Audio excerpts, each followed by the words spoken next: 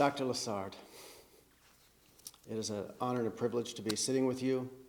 We are at the 53rd Sherman Lyceum in Spartanburg, South Carolina, and my name is Wade Port, and I feel so privileged on so many things we talked about last night, but through a mutual relationship with someone that we've had deeply in our lives, in Arnaud Bernier, I have been able to meet so many people that because of my closeness with him, I feel like I've been adopted in as a family friend very quickly. And that is very cherished by me. And so I thank you for just your generosity of heart and spirit, certainly not only for the profession, but for me, it means so much to me. And I see so clearly how your life and your love and your generosity of spirit inspires so many. And so, thank you. Thank you. It's a pleasure. Yes. Pleasure. So we are in the Sherman Museum, right? Yes. And so you just took a quick walk around, and what stirred up in you as you... Oh, my goodness. The spirit is right here. I just feel like I was here, yesterday at the school. I was talking to people about how we learn on this equipment here and so forth, and how we see the history and step by step. And when I was here, I was thinking about history. It was behind me. Now I'm looking at history that I participated in. So I don't feel it's behind me. I feel it's a part of me now.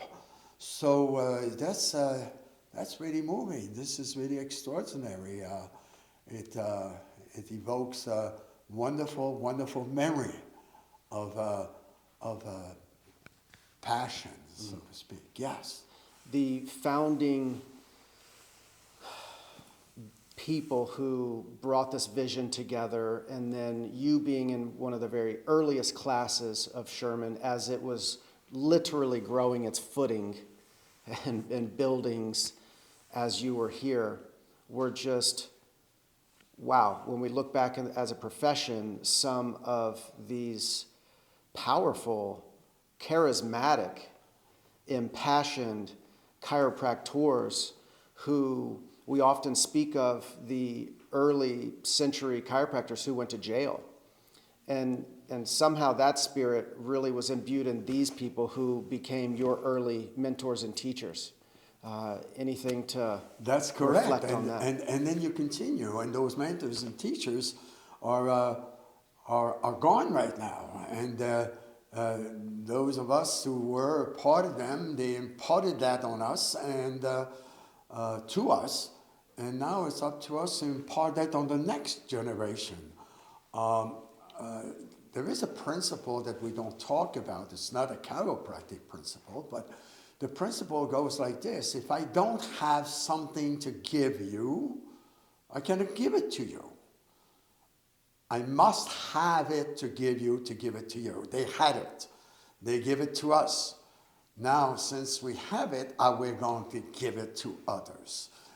As simple as that. And this passion that those earlier founders in the early 1900s who went to jail for chiropractic. And here, this school was started with nothing. Basically not even a building. There was nothing here. And but it started, and a small building was rented, and students came without anything. There was no license, no states open to this institution, which was just starting. And it took a while, and it was nerve-wracking at times. It was very stressful. As a matter of fact, some early students were leaving because of this situation. Mm-hmm. But enough stayed that there was the first graduating class, and the second, and the third, and now we are into the 53rd Lyceum, and I think it's 4 graduating class per year, so you do the math, we're past 200 graduations here at Sherman College. And this is what it's about, you know. We carry it on. Those founding teachers and mentors, they had it, as you said, and now here we are all those years later, where it's so common for all this technology revolution to seemingly have the answers and have it at your fingertips, but there are going to be certain people who know the falseness in that, and certainly in a day and age where everybody's a coach, everybody's a teacher overnight before they even graduate school. And so what can you see today, even in the midst of that maybe falsehood of being able to have it so quickly? Yes. What is that path? We did not have technology. It was non-existent, basically. But we had heart. Something happened, and we had heart. We got something. Now, today, the technology is available. There's nothing wrong with that. Well, my point would be like, where's the heart? And I think this is a place where now there is a transition. I can see it happening here at Sherman. The heart that was back in the 70s and 80s, for a while, there was a transition that took place, and I can start to feel it happening again. And it's being shared. I felt it this weekend here at this 53rd Lyceum. That there is something that is taking place. So both technology, which is tremendous in terms of passing on information, combined with the heart, and then the unification of heart and technology through our act, our action to unite the two, to unite the thoughts and the idea and the heart with the material. So basically, the immaterial will be united with the material. That's the function of force, information force. That's ours to unite the two. That requires action, and that requires participation, involvement, and that's where we're at. And this is why we're having this conversation. So the heart bringing the principle to life in a way that is not necessarily dead without it, but it just doesn't have the same power. Absolutely. And a question that I ponder often, Claude, is can a heart of service be taught? Can it be trained? Or is it something you either have or you don't? In your opinion? It can. It can be trained. Oh, of course it can. What are some of the ways you've seen that be awakened in people? It can be imparted. What is important is to evoke, is to call out from within. It's already there. Everybody has it. Yeah, it just needs to be awakened. Absolutely. And that is not done, it's different from person to person. So there has to be a relationship that is developed between the mentors, the instructors, the professors, and the students here at Sherman, because that's the institution where it's happening. And it's not for the student to believe the instructors dogmatically. Don't believe what they say. Figure it out. Challenge it. Question it. Let it work from within, outside of yourself. Yes. Okay. That feels right. Yes. That feels right. So when we're teaching and we're carrying on the stewardship of what Arnaud Bernier spent his life bringing to the profession, it is that evoking, it is that igniting, it is that awakening of that hunger, that desire, that heart inside. And when we are helping someone navigate that, what we find is that most students have a pre-chiropractic life and a chiropractic school and beyond life.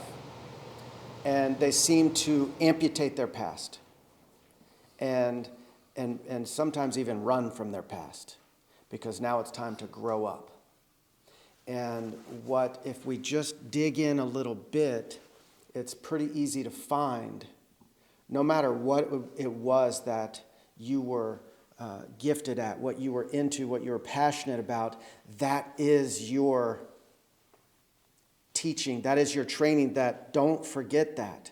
Whether you were a high-level athlete, whether you were the neighborhood babysitter that everybody loved to bring their kids to because you just had a way, whether you rode horses, whatever it was, whether you were an academic and just read voraciously, and in countless other ways that people were passionate as youngsters.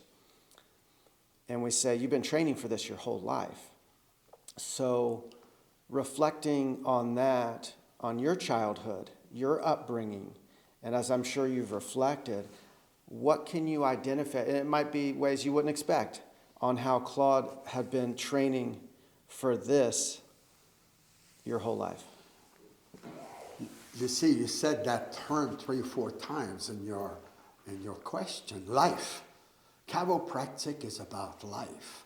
Life is training us if we are open to it. And everyone in chiropractic, in the chiropractic institution, is alive. The instructors, the students, the administration.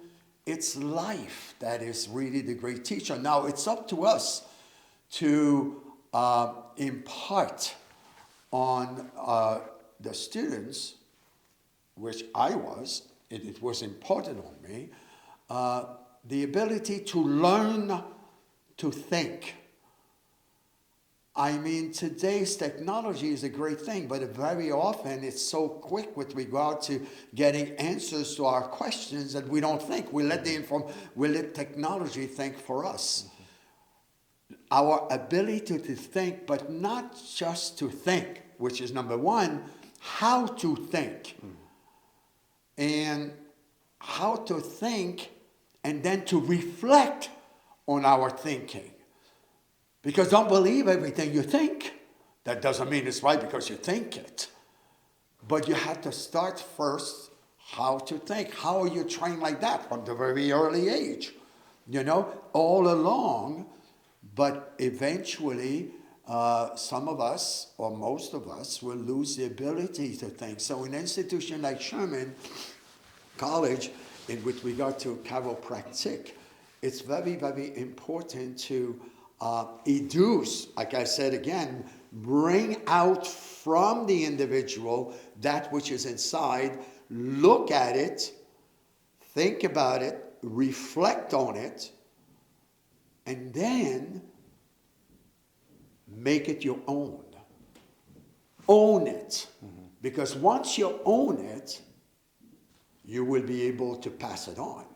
Because you have something to pass on. It's far beyond memorization at that point. Absolutely. Can you reflect on something in this? Because it sounds like this is similar but different to a heart of service that's ignited and awakened and nurtured, but like an excitement for the thinking to actually try to deconstruct what you have already found as truth and to challenge it.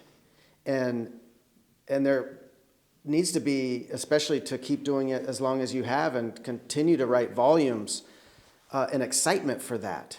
And so is there something you can point to that was, oh yeah, I thought that was true at one point. Yes. And then I kept thinking and kept challenging it, and it evolved into now this construct. Is there something? Yes, absolutely. Because it's always about, we are born, and then there's something that's being constructed.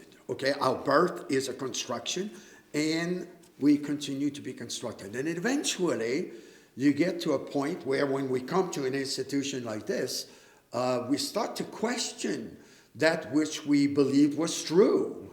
And then we realize that it was not true. We accepted it as truth, but it was not necessarily true. There is another side to this, or maybe a third side to that, and now we question. And as we question, there is a deconstruction. It's always about construction, and then there is the deconstruction.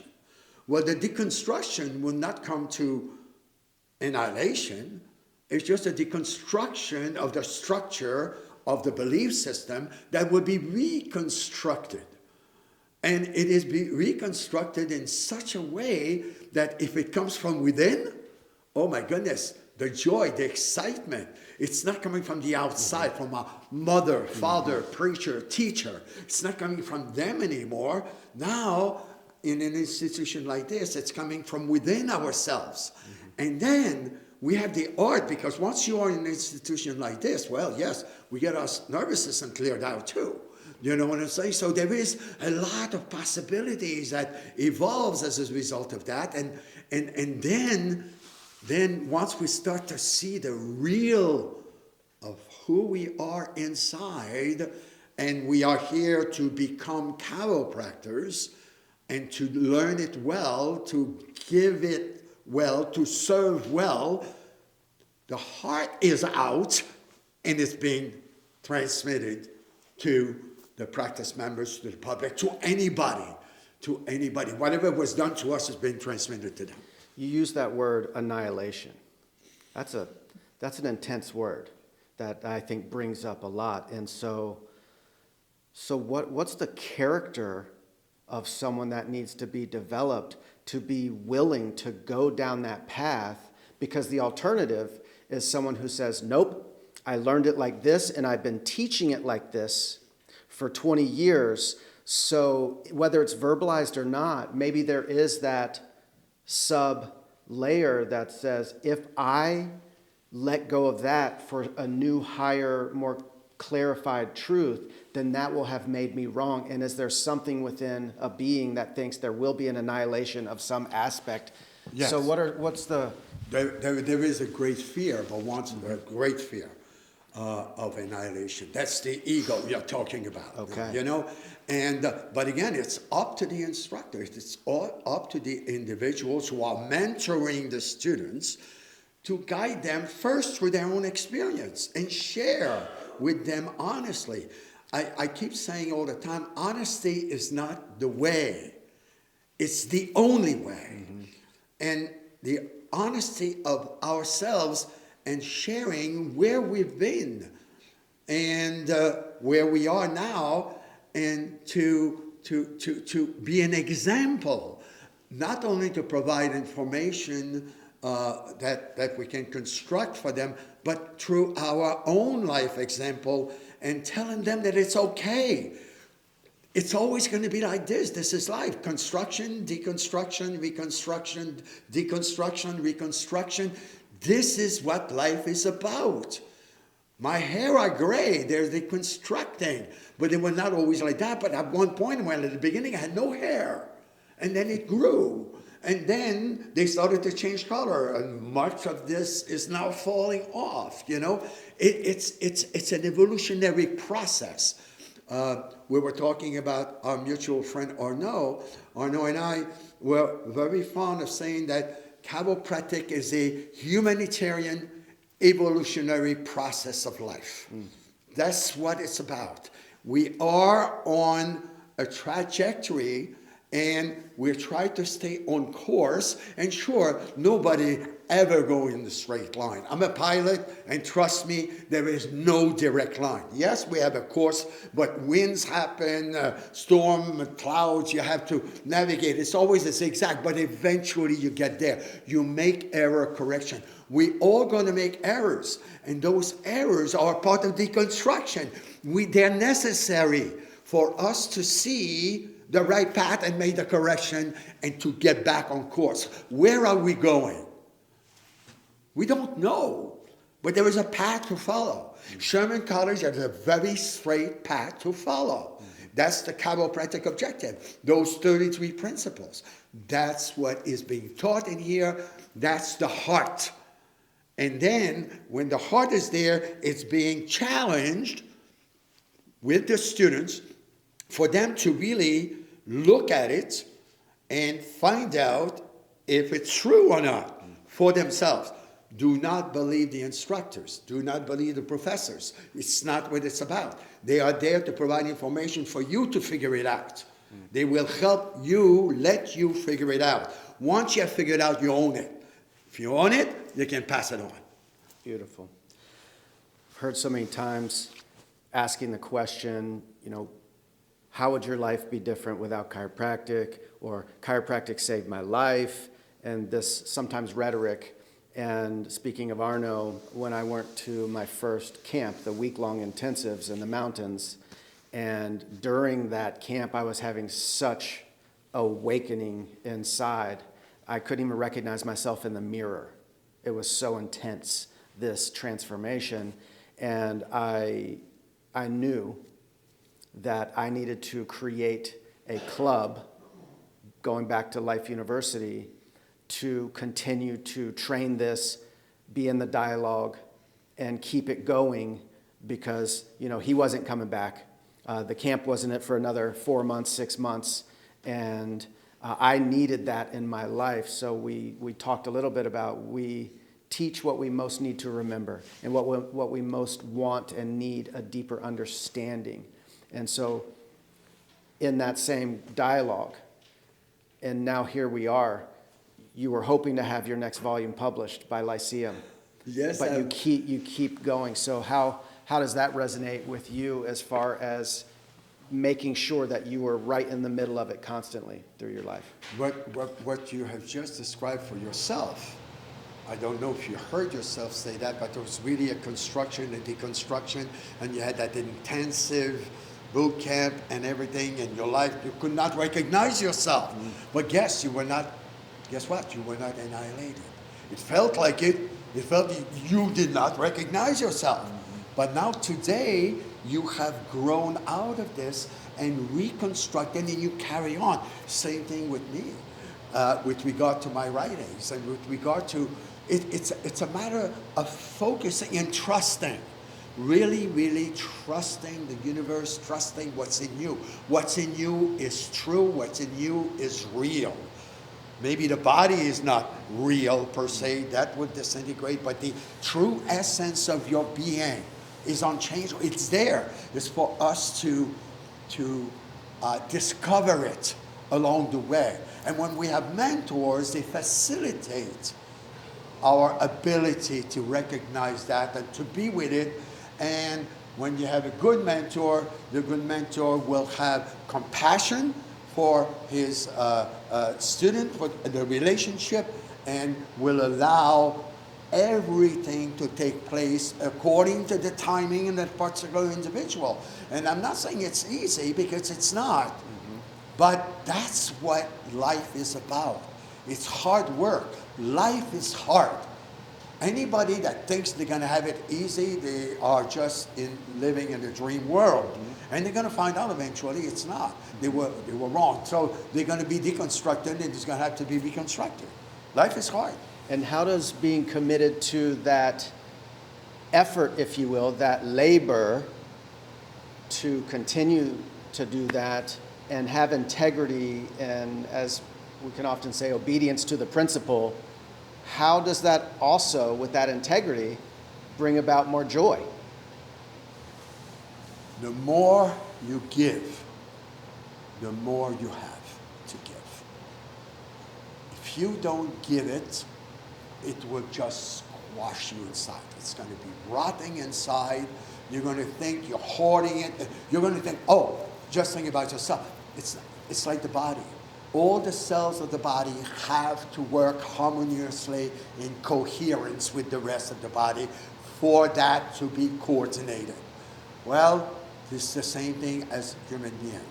We have to be coordinated with each other. So this joy is a participation in life with other individuals like ourselves. It's a relationship. Everything is about relationship. Our work is about the relationship with the vertebra above, the vertebra below, to make sure they're in proper relationship in order to have coherence. Well, as far as chiropractic profession is concerned, the institution here at Sherman College, is to have a relationship between administration, faculty, student body, and to be coordinated, to work together. Once you have a purpose, and the purpose is really to give and to serve, and you're into the flow of that, the joy wells up. And as the joy wells up, it feeds the rightness of the purpose that has been discovered, not given, discovered from within. You see, it's again, the education is to educe from the subject that which is already there. And when that happens, it's tremendous. Look, it's 52 years since I got involved with Sherman Lyceum. July 14, 1974. So there it is, Bastille Day, 1974. And here it is now, 52 years later, I'm still writing. I'm still doing the research. I'm still excited. I can see error correction happening. We have reclassified the principles from philosophical construct to basic science principles. I mean, there's so many good things that are happening. We took theism out, anthropomorphism out. We have a better understanding of what force is in chiropractic. There's so many. It was all there, but it took all that time in order for this to come to fruition. It's happening. It's getting traction. People are excited. And I really think that the spirit that our forefathers had, our founders, original founders had in the early 1900s, and they went to jail for that. And in here, in the 70s, there was some error correction happening, and students started this school. Okay? And these pioneers, again, without knowing, they did not go to jail, but they were in jail. They had no place to practice. They had no states that were open. And they stuck around. And then now here we are 53 years later, and now we are starting to make new error correction. Yes, it is difficult, because those instructors out there are used to teaching in a certain way, and they are comfortable. And I challenge them because they look at us, oh my God, I'm going to have to change my note. I'm going to have to do this, I have to do that. Well, yes, if you really want to participate in life, you will have to have some deconstruction so that the reconstruction occur. And I believe it's happening. It's going to take a while. It's happening. It's a matter of time. It's a matter of doing it. And once you do it, you're in the flow of life. It takes you, it does it for you. You just have to be open to it. Life is stronger than we are. That's so inspiring. And there's a favorite pastor of mine who talks about this generation has the wrong idea of freedom and what that means. And the current idea is to be able to do whatever I want for me. And it's all from me and because of me and all this. And he reminds that, no, surrendering to that calling, surrendering to that higher purpose allows someone like you to be an inspiration to me and so many others to say, we are planting seeds of trees that we will not even be able to sit in the shade of.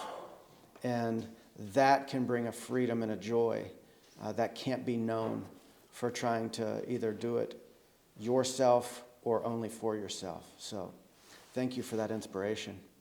You're welcome. And I feel it, and I'm so grateful that everybody here gets to feel this as well. So may we do this again. Absolutely. Dr. Lessard, and thank you so much. Pleasure. For everything. My pleasure.